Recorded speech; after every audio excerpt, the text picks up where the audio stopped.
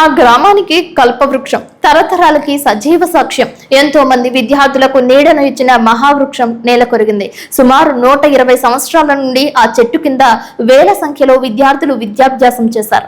ఆనాటి తరం నుంచి ఈనాటి తరం వరకు ఆ మర్రి చెట్టు కింద విద్యాబుద్ధులు నేర్చుకున్నారు. నేడు పడిపోవడంతో ఊరినే కంటతడి పెట్టిన ఘటన తూర్పుగోదావరి జిల్లా నల్లజర్ల మండలం తూర్పు చోడవరం జిల్లా పరిషత్ పాఠశాల ఆవరణలో జరిగింది.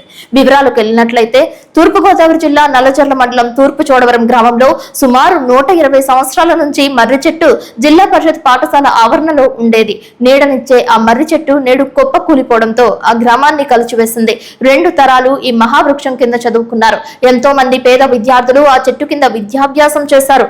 గ్రామానికి చెరగని ముద్రగా మహావృక్షం ఉందని గ్రామస్తులు తెలియజేస్తున్నారు. ఆ చెట్టు కింద కూర్చున్న విద్యార్థులే నేడు ప్రపంచంలో ఉన్నత శిఖరాలు చేరుకోవడం. ప్రతి ఏటా సంక్రాంతికి ఆ చెట్టును చూడటానికి పూర్వ విద్యార్థులు వచ్చి కాసేపు చెట్టు కింద ముచ్చటించడం, మర్రి ఊడలతో వేలాడుతూ కాలక్షేపం చేయడం విద్యార్థులలో సంతోషాన్ని నింపుకుంటూ వచ్చింది. నేడు ఆ చెట్టు ఇక లేదన్న వార్త స్థానిక ప్రజలలోనూ పూర్వ విద్యార్థులలోనూ ఆందోళన కలిగించింది. కార్తీక మాస రోజుల్లో చెట్టు నేలకు పడిపోవడంతో గ్రామస్తులు కొంత శుభంగా పరిగణిస్తుండగా చెట్టు పడిపోయిన తర్వాత కూడా చెట్టు నుంచి పాలు కారడం ప్రజలలో భయాందోళనకు గురి చేస్తున్న ఘటన చోటు చేసుకుంది. గ్రామంలో జరిగే సంక్రాంతి పోటీలు ఏ చెట్టు కింద చేయడం సాంప్రదాయంగా వస్తుందని పేర్కొంటున్నారు.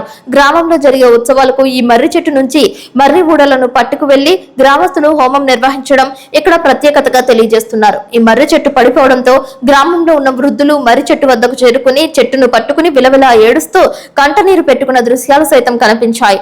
మరలా ఈ మహావృక్షానికి పునర్జన్మను పోయాలని గ్రామస్తులు పూర్వ విద్యార్థులు కోరుతున్నారు. మాది తూర్పుగోదావరి జిల్లా అండి, నల్లజర్ల మండలం తూర్పు చోడవరం గ్రామంలో గత 100 సంవత్సరాల క్రితం నుంచి కూడా ఈ మర్రి చెట్టు ఉండటం జరిగింది. అయితే మాకు తెలియదు, మేము కూడా ఇదే స్కూల్లో మరి 1990లో చదువుకున్నాం. అప్పటికే ఇలా ఉంది చెట్టు.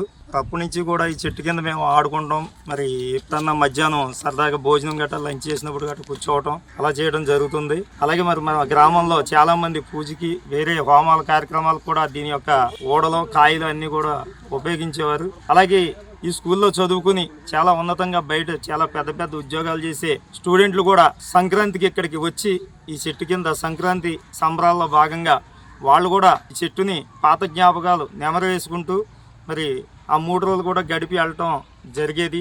అటువంటి చెట్టు మొన్న తుఫాన్ కారణంగా కొంచెం గాలికి వరగడం జరిగింది.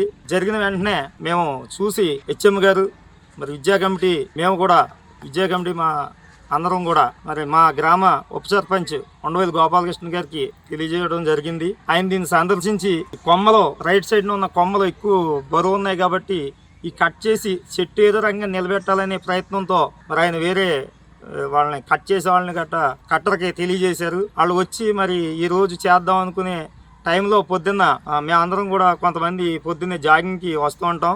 7:15 వరకు మేము ఇక్కడ జాగింగ్ చేసి వెళ్ళిన 8 గంటలకి మరి మన హెచ్ఎం గారు వాళ్ళు కూడా అలా వచ్చారు స్కూల్కి. అందరూ చూస్తుండగానే చెట్టు పడిపోవడం ఒకేసారిగా కుప్పకూలిపోయింది. మరి ఇటువంటి చెట్టు ఇలాగా పడిపోవడం మా అందరికీ కూడా చాలా బాధాకరం.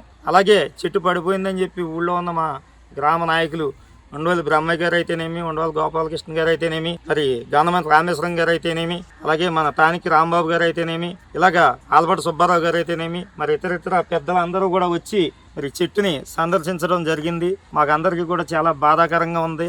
ఎందుకంటే చెట్లు నాటడం అనేది ఈ రోజుల్లో మనం చూస్తున్నాం. ఇలాంటి చెట్లు గతించిపోతే మళ్ళీ 2-3 తరాల వరకు కూడా ఇలాగా కష్టం అని చెప్పేసి చాలా బాధగా మరి ఉంది. దీనిపై కంప్లైంట్ మా